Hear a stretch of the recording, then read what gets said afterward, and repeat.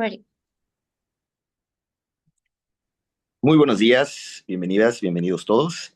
Este es el tercer ciclo de conferencias sobre diplomacia deportiva en la Gran Eurasia, organizado por el Grupo de Estudios sobre Eurasia. La plática de hoy se titula Análisis del deporte para el desarrollo y programas de paz, el caso de Pakistán.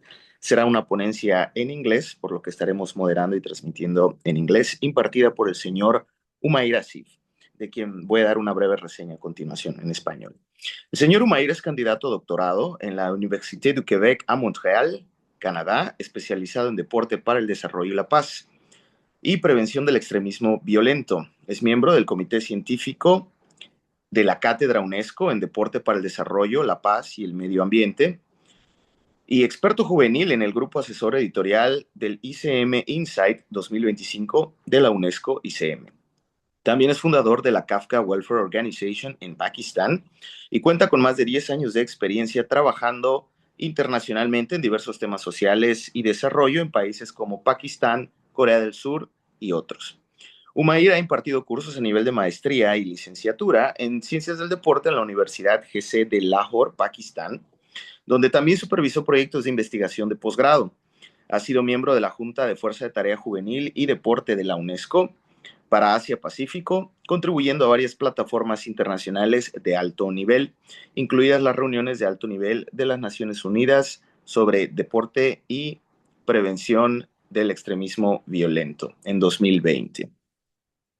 Desafortunadamente, por problemas técnicos, no podremos mostrar la cámara del señor Umair, pero él está en vivo con nosotros y nos dará su conferencia. Welcome everyone to our third conference cycle of Sport Diplomacy in Great Eurasia, organized by the Grupo de Estudios sobre Eurasia in Mexico. Today's conference has the title Analysis of Sport for Development and Peace Programs, the Case of Pakistan, which will be imparted by Umair Asif. Mr. Umair Asif is a PhD candidate at the University of Quebec in Montreal, in Canada, specializing in sport for development and peace and preventing violent extremism. He is a member of the Scientific Committee of the UNESCO Chair on Sport for Development, Peace and Environment, and a youth expert in the 2025 ICM Insight Editorial Advisory Group of UNESCO ICM. He is also the founder of the Kafka Welfare Organization in Pakistan and brings over 10 years of experience working on diverse social and development issues across Pakistan, South Korea, and internationally as a whole. Umair has taught master's and bachelor's level courses in sports science at GZ University, Lahore, Pakistan, where he also supervised graduate research projects.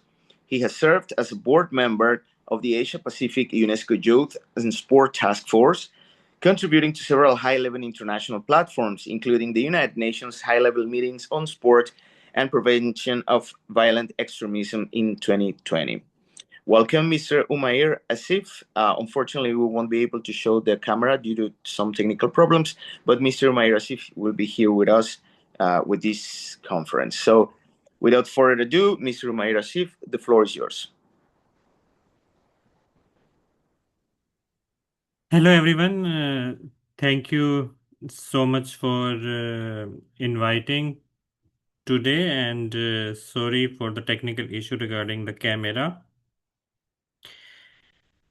I would like to start by mentioning that sport has two scenarios in Pakistan. One is more related with sports diplomacy, and where states are involved, and it is used previously to improve relations with India several times through cricket. Cricket is one of the most popular sports in Pakistan and also overall in South Asia.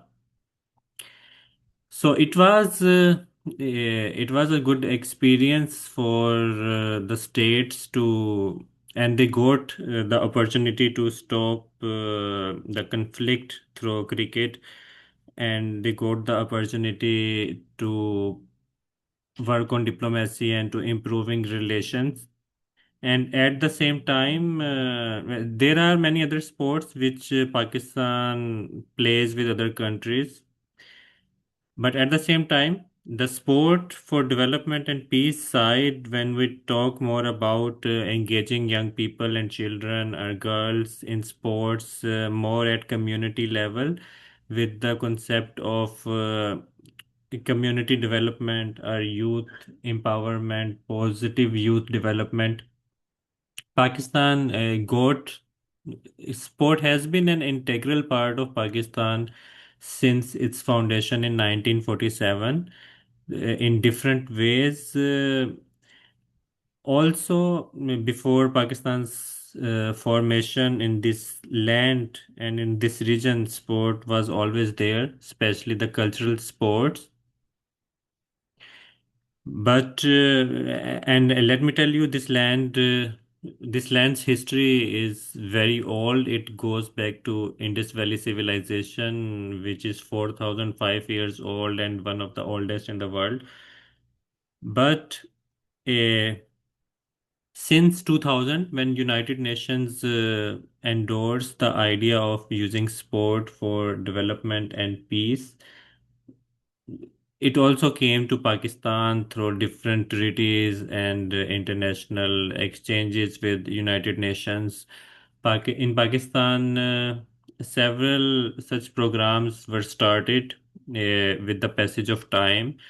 Right to Play is one of the organization which is based in Canada overall, but it's an international program. They are working in Pakistan with young people in schools, in communities. They are working on gender related issues and also they are trying to improve learning outcomes in schools.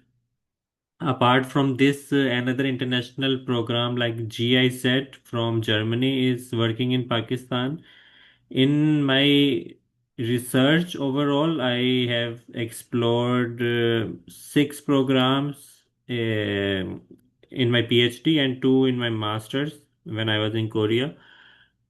These programs in Pakistan are engaging young people as it's very important to engage young people in Pakistan as Pakistan's population is huge. It's 240 million and young people are more than 60% of the population. So it's a huge number and sport is always an attractive tool for young people to be engaged.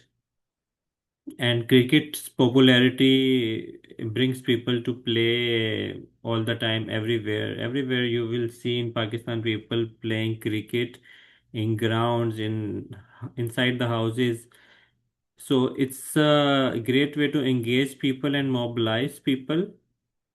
In Pakistan, some of these programs are working in conflict-affected areas, such as Swat district, which was captured by Taliban's coming from Afghanistan in 2009, around 2009 and before. So some programs used sport there to prevent the engagement of young people in violence related activities. Similarly, there is a very nice program called Muslim Hands. It's engaging street children. Street children are the children which are spending most of the time on streets without any care or supervision. So there are chances of their engagement in drugs and in criminal activities or crime. So that program is engaging those children and trying to change their lives. But engagement is even good also in the case of Pakistan. In other countries, there are many benefits witnessed through sports, such as life skills, including tolerance and critical thinking. In Pakistan, we noticed some different things which are identity building through sports and also employment. So in this field, employment or career building through sports programs is a bit unique, which we don't see in sport for development programs around the world. So in Pakistan, these programs like Muslim Hands, they are promoting these opportunities. The youngsters playing in their football and cricket academies, they are building leadership skills, and they are also building sports related skills, which are creating a space for them to play for clubs in future. And I saw many of them. They joined a Pakistan national football team, and they are playing for cricket team. So this is a good way of promoting employment, which in long terms avoid conflicts or violence related things. As young people, when they are engaging in positive activities, it's preventing violence or conflict in other ways. At the same time, street children, unfortunately, they don't have birth certificates or legal identities, as they don't have enough resources or knowledge, their families, to register their children in national database. So this organization is also giving them legal identity. Without that, they cannot go to schools. In Pakistan, schools are free, uh, so they are unable to get that right when they don't have identities. Similarly, they cannot play in sports organizations or clubs when they don't have legal identity. So giving identity in this way and also recognition has been part of these programs in Pakistan. And I have been leading Kafka's program, which we created with the idea to promote peace overall and engage young people in positive activities. We target major cities like Lahore, where because of working opportunities and major universities, we are able to engage young people from all regions of Pakistan at one place. Also, it brings the challenge of diversity. Uh, so we need something to integrate people from ethnic diverse backgrounds, and also within Pakistan is an Islamic state, so within religion there are different groups and classifications. So even there is need to integrate them. So we have seen good a good response, especially from girls and from kids and from youth. I have worked also as a coach in some of the programs, and I have witnessed kids really enjoy when they get opportunity to play. In some areas, backward areas, sometimes it's difficult for girls to play. So when we create opportunities for them, it's also we have seen they really enjoy it. They want to play.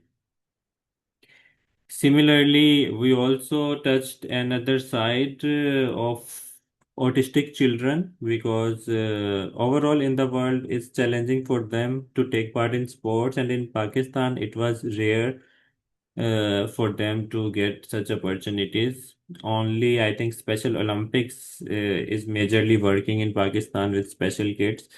So we created a program for special kids, particularly with autism spectrum disorder, to get opportunity to engage in sports activities, which is part of the development and social development side, uh, targeting through sport. So these have been some important ideas we have been working in Pakistan. Also, we the sport is a platform, the sports field, to learn from kids through discussions, and which give us ideas to add in policies. And one of the main think is creating safe spaces for young people, especially in the case of Muslim hands. I have seen they create safe spaces for street children. Streets are not safe everywhere. Maybe in some parts or in more developed areas of Pakistan, streets are in a better condition, the grounds, but in backward areas, condition could be different. So creating a safe space through sports is necessary to avoid the approach of criminals or gangs, also the people selling drugs. It's important to create a barrier, and that's why safe spaces through sports are critical. We also, so in my case, I also see it from both sides as a practitioner and as a researcher. In Pakistan, this research was also rare, and I got the opportunity to explore this topic, particularly in Pakistan.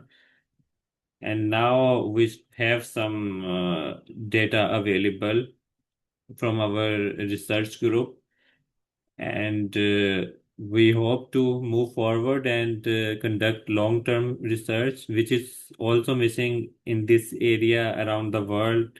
People are unable to do long-term research. Similarly, in Karachi region of Pakistan, Karachi is one of the major city which has area called Liari, which has an area. It has been in gang wars, which is quite similar to Latin America.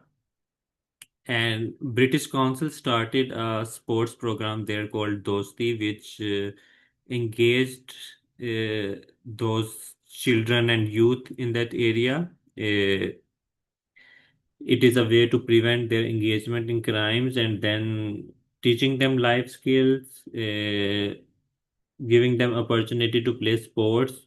They also have a football team now which represent Pakistan in Street Children World Cup. So it's kind of giving them a different direction. And it's a combination of both community level program, and then they are representing country internationally. So they get recognition when they come back, they become role model in their communities. Same thing for Muslim Hands program. Is in Muslim Hands program, they also develop a team from their academies and send them to represent Pakistan in Street Children World Cup, Norway Cup. So this is this is the idea when maybe you have seen one of the model of United Nations, which is created about preventing violent extremism through sports, and it has five major factors: creating safe spaces, promoting empowerment, education, uh, resilience, and social inclusion. So, as per the model, if these components are part of sports programs, especially at community level, it helps to prevent the engagement of young people in violent extremism related activities. We have seen different factors. For example, the idea of organizing formally sport for development and peace program is to integrate or add educational component. So the educational component can be about different social issues, even teaching life skills, teaching about teaching kids about child abuse. So it can be anything as per need in that region and that community. And through sports, especially through team-based activities, children are experiencing conflict resolution, they're learning leadership, they are thinking more about issues through critical thinking skill. So, and at the same time, as I mentioned before, the idea is to integrate people from diverse backgrounds. So, social inclusion factor is there, and I talked about safe spaces. Overall, these all factors are engaging young people in positive activities. I can say positive youth engagement. This is an example of positive youth engagement, which can help to prevent the engagement of young people in violent extremism and related activities. In some areas, the term violence is more used as compared to violent extremism, but both can be targeted through sport and sport for development programs. Similarly, we are exploring a milestone model of sport for development, which is developed by my professor Tegvan Gade, and it's more about we also need to understand the purpose of these programs and how the activities, purpose, and outcomes are interlinked with each other. Otherwise, there might be different gaps which can affect the programs and program related activities. So, uh, do you want me to continue, or have uh, you have questions for me to talk about? Well, Mr. Meyer, if you still have some information that you would like to share, please feel free to do so. But also, if you want us to ask some questions or share some comments, we can do so as you prefer. You can come up with questions.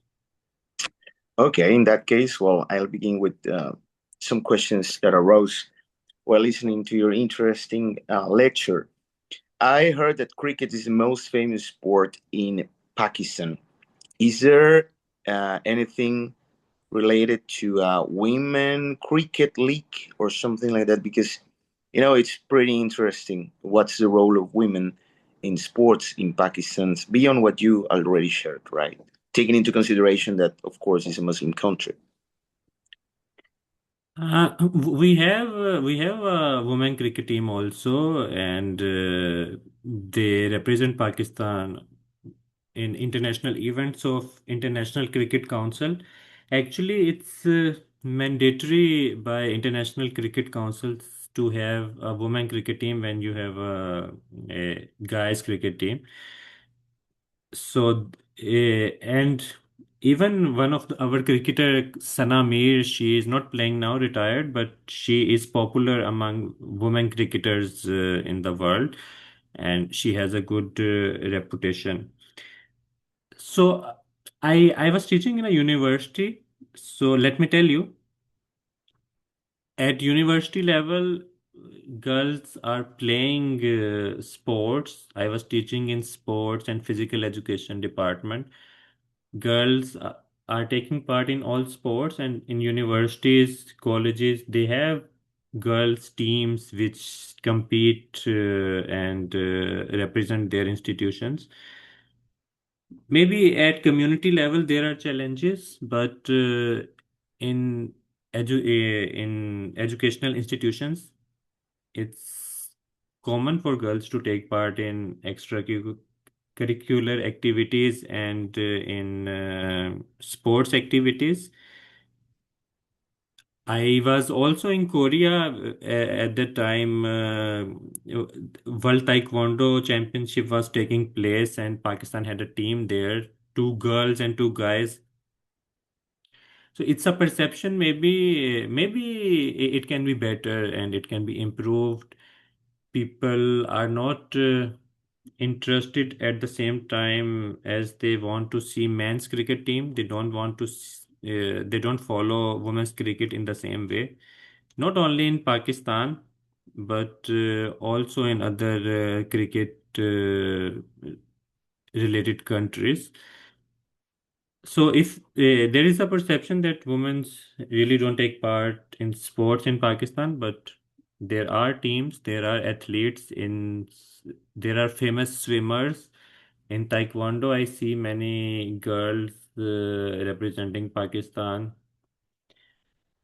And in so Pakistan is a diverse country. We have center, we have northern areas. In northern areas, there is a popular women football league. They play in the mountains, and maybe I will share the link with you. It has been going very well, and it's inspiring me. Thank you so much for your answer, Mr. Umair. Actually, that's why we are doing these conferences, to enlighten us with new knowledge. And I'm glad to hear about the huge involvement of women in sports in Pakistan, because I think that's really important all over the world. I also have another question. Sports is a tool, right, to prevent the youth to being drawn by extremisms and violent or terrorist organizations, right? Um, in this case, are women drawn to these type of movements as much as men in Pakistan, or is there a majority? Sorry, you mean that majority programs men are taking part? No, I mean that if women are also targeted by these extreme organizations, since what they seek most are combatants, right, or soldiers, and men are usually. I mean, in my experience in the case of the Caucasus in Russia, which is the area that I study, men were most attracted to. But there was a famous division of women called the Black Widows during the wars in Chechnya. So I'm interested to know that if in Pakistan, women are also attracted by these violent or extremist organizations, for example, the Taliban you mentioned that come from Afghanistan, and if sports is being helpful towards preventing this in the case of women. Huh. I think overall, because in these conflicts in the tribal areas of Pakistan, which are next to Afghanistan border, also we had problem in Swat district, or in one of our province next to Afghanistan. It's called Khyber Pakhtunkhwa, KPK. In these regions, yeah, overall, in Taliban's ideas, they are led by men. That's why maybe we see more guys engaged in violent extremism related activities. Similarly, in I think one of the reason could be in Islamic concepts, the guys were used to defend the cities.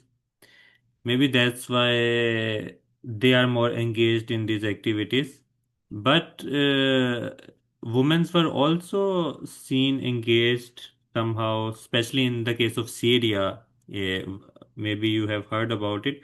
In the case of Syria, people were found going from different countries to Syria for fighting, or you can call it for the jihad concept. Even from Pakistan, even all over the world, people were witness. They were just going Syria to fight for those people. So, and women were also engaged in this case. The discussion around women's engagement in in violent extremism related activities is happening around the world, and there were incidences when women were also involved. In the case of Pakistan, for example, in Kafka, we engage both. girls and boys, and many of other programs like Right to Play. Muslim Hands, I was talking about Muslim Hands. They want to engage girls, but right now they are unable to. They are just able to engage guys at the moment. If we are engaging girls in these activities, again, they are getting benefits, they are getting empowered. It's difficult to say based on research that sports programs were helpful to prevent violence or not. It's difficult to say because no evidence is available. But based on my research, girls or guys taking part in programs like this can get benefit because still we are studying it. So it can be beneficial, but still we need to understand it more how it's working. Thank you very much again for your answer, Mr. Umair. And I have one final question. We all know that in sports, the involvement of private sector is pretty important, because ultimately in our current modern world, sports is seen or used as a really lucrative business, right? And in order to promote sports on a national level, the private sector is necessary. For example, in Mexico, we are suffering a football crisis because the private sector is only thinking about the business and not about the sport and not about the youth. That's why our national team right now is performing really bad, even though we will be hosting the next World Cup in the upcoming year. So, based on your research, of course, if you have numbers about the money invested, what is the involvement of the private sector in Pakistan in promoting sports? For example, cricket, you said is really famous. And how are they getting involved into this type of programs of UNESCO and other organizations? I think in Pakistan, they are involved, the private sector is involved in sports related activities. For example, Pakistan's cricket board has been working from a long time with Pepsi. Pepsi has been the main donor of, main sponsor of Pakistan's cricket team. And there are many other which are sponsoring the leagues, tournaments. Pakistan also has a cricket league. So there are many private sponsors are available there. In the social sports programs, especially in the case of Muslim Hands, I saw they were supported by some private sector companies, but it can be better in the case of Pakistan. Still, it's not great, and I think reason is that we are not focusing on bringing experts related to marketing or sponsorship, sports management in the sports sector.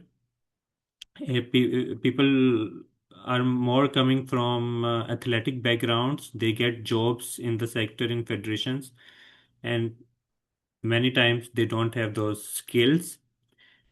Let me tell you, Pakistan has a sport city called Sialkot, and they are manufacturing majority sports equipment. They manufacture 80% soccer balls in the world.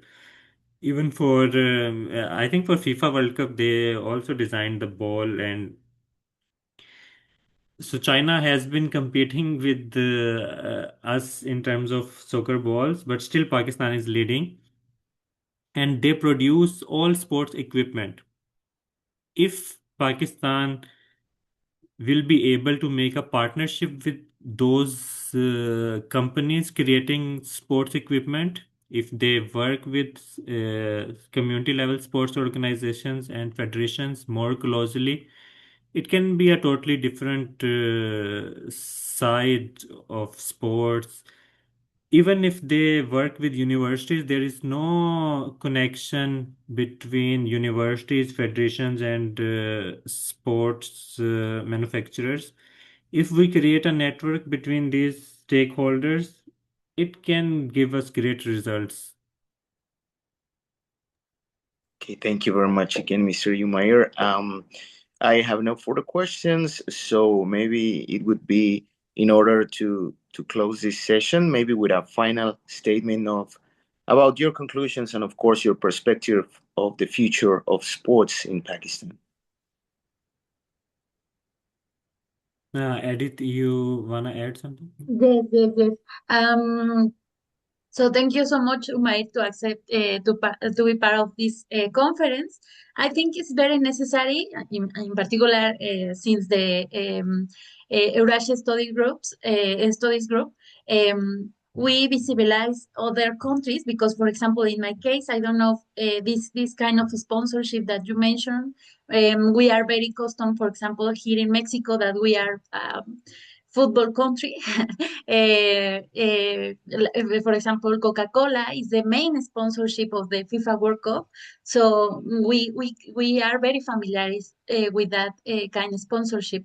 But you mentioned, for example, the big rival of Coca-Cola that that have a big presence in Pakistan, that is Pepsi. So it's very interesting the change, also the kind of disciplines, sportive disciplines, like the difference between in India or the south of Asia is very common, the cricket, like here in Mexico is the football. So I think it's very important, this kind of difference, because we are very accustomed to our reality. So I think it's very interesting. And also, in the case of your presentation, and talking about in particular about the sport diplomacy, I think in the traditional studies and researchers and approach, even since the government that use the sport diplomacy as a tool, is like in terms of peace, or also like a mediation. In the world, there are so many examples of the sport diplomacy. One of the most known examples of the sport diplomacy is the cricket diplomacy between India and Pakistan. So, but until you know about how function this kind of tool that is sport diplomacy, you know this kind examples. For example, for example, in my case, I know more about that when I started working in sport diplomacy. So in the case of this traditional use of the sport diplomacy, I don't know if you can share more about your impression. What have been the main achievements or limitations of the cricket diplomacy, I mean between India and Pakistan, in reducing political tension or promoting bilateral dialogue? Because I think the audience, or people who watch the video when we upload to YouTube, I think here in Mexico, we have to develop more knowledge around to this kind of diplomacy.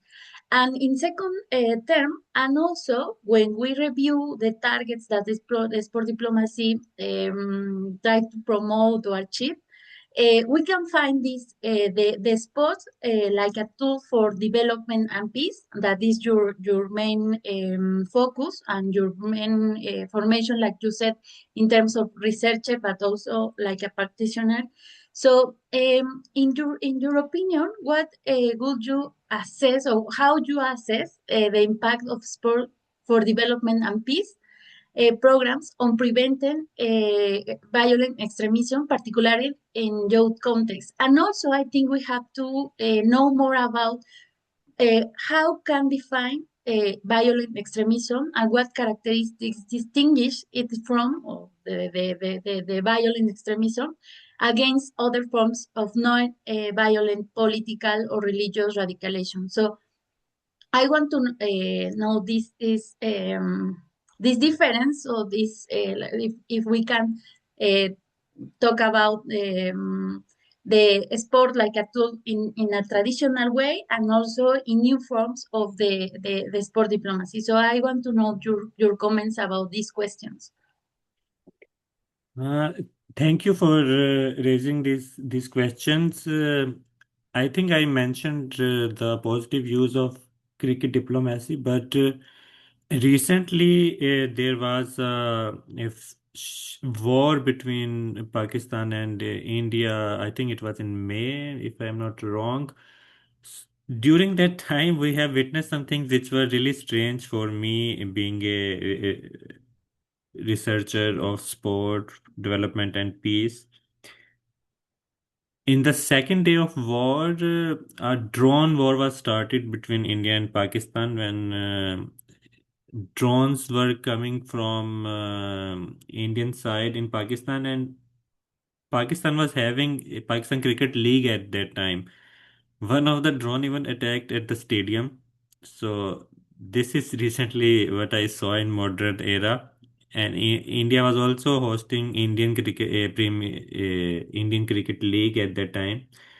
They also had to stop it because of the war. So in this case, sports wasn't able to help to prevent the war, but the sport events were stopped because of these incidents. And at the same time, after that, Pakistan hosted Asian Cup, Asian Cricket Cup. During that event, as Pakistan and India were on a conflict, Indian team said we will not visit Pakistan. So they played their matches in UAE. And during the matches, some negative things were observed. For example, there is a tradition in cricket after a match, players from both teams they shake hands because cricket is also called a game of gentleman's game. And to show sportsman spirit, you shake hands even if you win or lose. So Indian cricket team they denied to shake hands with Pakistani players after the match. So these things were observed in 2025, which were not great in terms of using sport for peace and development or sports diplomacy. But still, there is a hope that things can get better in future and sports can be used to improve relations. It's a thing which unites people, and in cricket, overall, Pakistan and India's match is always very important for broadcasters. They get maximum audience, uh, and betting is not something positive, but it's also very high when Pakistan and India is playing. So people are really interested to see Pakistan and India playing, but they are not playing. They're just playing in mega events right now. They're not playing apart from mega events because in cricket we organize different bilateral series. Countries visit other countries to play cricket. So between Pakistan and India, I think from 8 to 10 years, they are not playing like that. They are just playing in mega events. So I hope it gets better. And in terms of violent extremism related things, we also did a global systematic review and we found that belonging and resilience identity they are very important uh, to prevent violent extremism. So if through sports programs we will be able to promote belonging among young people, it can help to prevent their engagement in crime and violent extremism related activities. We need to improve the programs. We need to train more the coaches. Often we saw the coaches are not well trained. It's related with resources. We need to again provide more resources, and sustainable resources are important. These programs are often not sustainable. They are for short term. So we need to make these programs sustainable.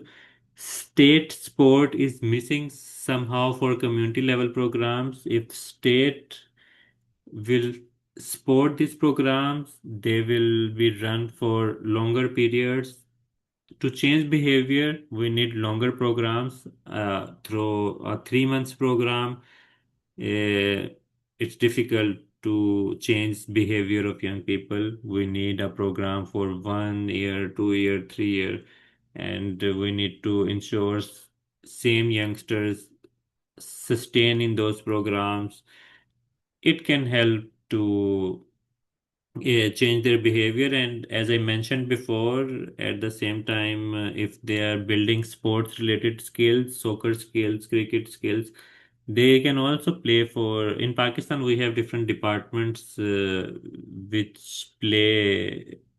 For example, Pakistan Airlines was leading a department. Pakistan's railway was leading a department. I think it take more from British era when they were ruling this region.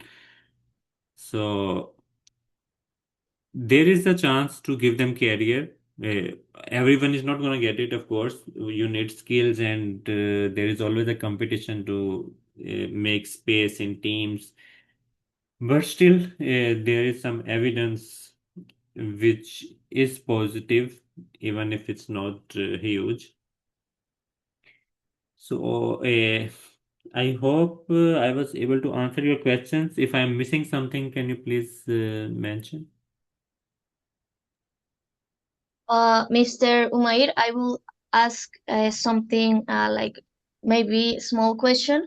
When you said the trainers are not like fully trained, my question is, do you mean like technical skills, like strategy skills, or also maybe some like psychology or some community building, for example? I would like if you can add a little bit on that. It would be really nice. Like, do you mean like just technical skills for playing the sports, or also in the sense of building community and working with children, for example? So these skills could be different in different programs, and the limitations could be different. But I can try to explain it like this.